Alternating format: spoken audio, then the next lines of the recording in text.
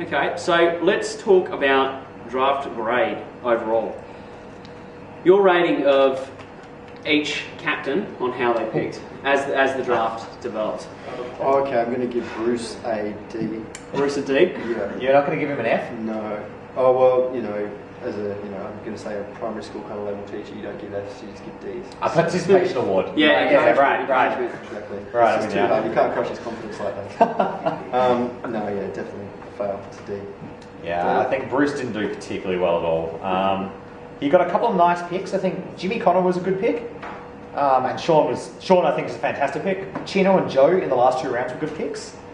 Some of his middle rounds aren't as convincing. Mm-hmm. So that's a D for Bruce. What should have Bruce done differently to increase that draft grade? I feel like he should have got a better receiver earlier. Yeah. I think if you get rid of Val, you can put... eliminate completely? Yeah. And you can put, you know, you can put someone else in there. You can take Sammy in there and then take a receiver instead of taking 2 kind of, you know, middle of the road kind of handlers. You just pick a better one and then pick a, you know, middle of the road receiver. I think looking who was around, I think Tim Davis or Andy Baddock might have been good picks up in there, just to give them a strong receiver, someone who's used to receiving and used to, and also a bit of defensive pressure as well. I mean, with Sean, Lace and Bruce, 2 of the better defenders in SA. Sean especially, getting someone who can receive and play D, they'd be starting to look like a really scary defensive team. Yeah, I think he completely forgot about athleticism and defensive pressure when it came down to the last 5 rounds. He was just kind of scrounging around for people who could throw. I think he probably should have looked, you know, for a bit of legs down there, because I don't think it's going to go that well on defense. Okay, Tom Roden, his draft grade.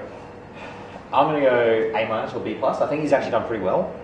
The only thing I would have said is maybe he needs some more height and some more aerial power. I think his first 3 picks were alright, maybe reaching a little for me when he's already got Salmon himself. Probably better off getting a receiver there. Or further down, maybe trying to pick up more height. Garrett Middleton in maybe the 5th round might have been useful. But again, I wouldn't want him to try and overreach for that pucking game if it's not there for the rest of the team. I'm going to agree. B+.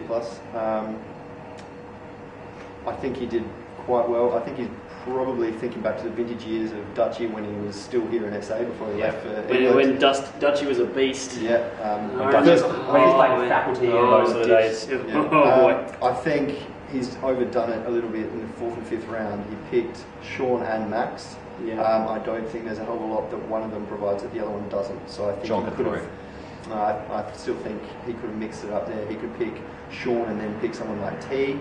Or he could have picked Max and then, you know, again pick someone like T. T is a little bit more versatile than Max. Not quite as reliable hands-wise. I still think he needs a bit more height, and I think that's probably something he would have provided that. So about a B+ for Rhodes. Johnny, how do you do? I'm going to go a flat A for Johnny. Flat A.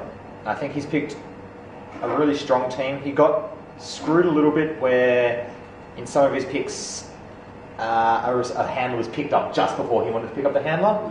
I think myself, Sean Davis, and there's someone else as well where you saw Johnny go, I think it was Rex, wasn't it? Might have been Rexy.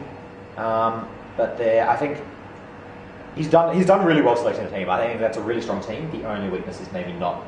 He got stuffed with handlers and didn't quite get the handlers he needed. I have to disagree. Based on the handlers, I'd go to C. I think picking Scott there in round 5, I think that's a terrible decision. I think picking Chris Manning there, when you're down to, you know, not many handlers, I don't think it's any point in saying we need handlers. Go with something different. Say we're going to play receiver based, we're going to play isolation, we're going to do something else. I think he's tried to conform to, you know, having 3-4 handlers there when it's far too late for him to try to do it. He should have just gone for legs, a bit more pressure on D. I think he's missed a trick there. Right. Well, Scott didn't play Div 1 in the mixed league. He's captaining a Div 2 team, one most spirited male.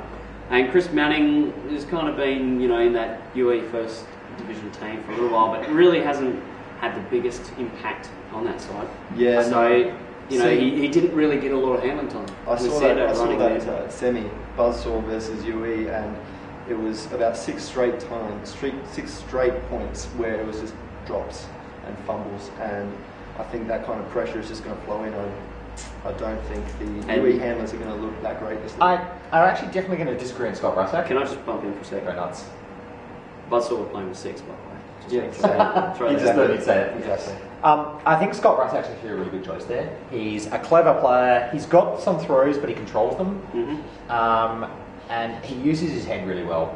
I think if you need him to pick up a handler and someone just to kind of anchor the team a little bit, he's a really good choice. He can control the flow of the play and will just kind of help slow it down a little bit if guys like Taz and Fatty and Tim Davis try to get a little carried away with playing a fast game and a quick game.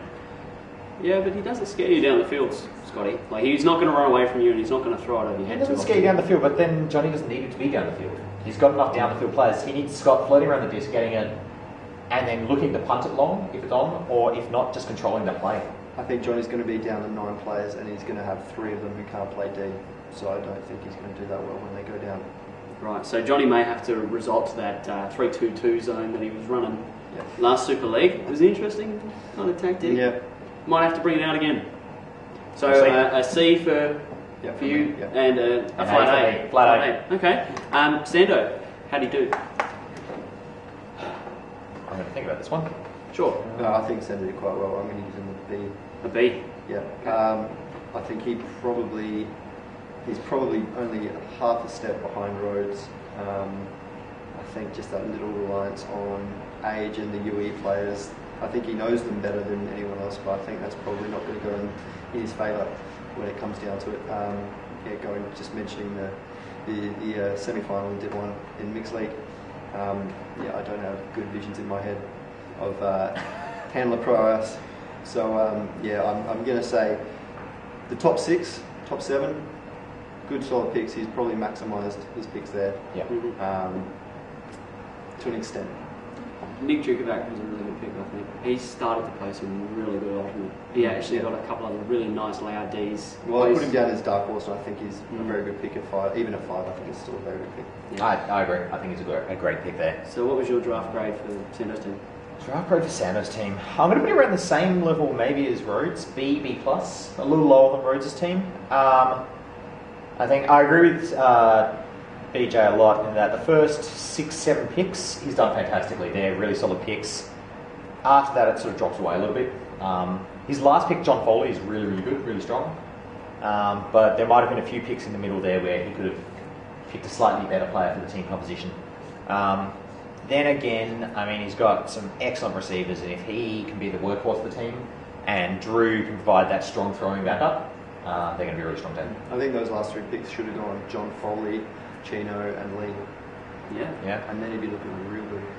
Well, it's those late picks that sometimes can change the course of a match because often, the good level players can cancel each other out, and it's down to the lower levels. And if one of them coughs up the disc on the end zone line, that's really not a good place for your team to be. We'll see. I mean, no one really in the draft at all is going to cough up easy discs. There's no one here. From maybe T. When they have the discs in their hands, no one's going to cough up an easy throwaway. Okay. Like that end zone line situation, I don't think that's going to be the issue here. Yeah. It's more the issue of what they can do with the disc. Right. And I think out of all these teams, Johnny's team's definitely got the strongest end of throwers and people. I mean, Scott, Mike, and Morgan. I mean, Morgan, if he does play, that's an absolute steal. But I don't think Sando's done too badly with his last few. I just think they could have been slightly better. Yeah. All right. Well, thank you very much, gentlemen. Thank you. Your expert opinions were very appreciated. Happy Look forward to it. Happy to talk trash. This is going to be I awesome. talk a big game. This is going to be awesome. Let's do it.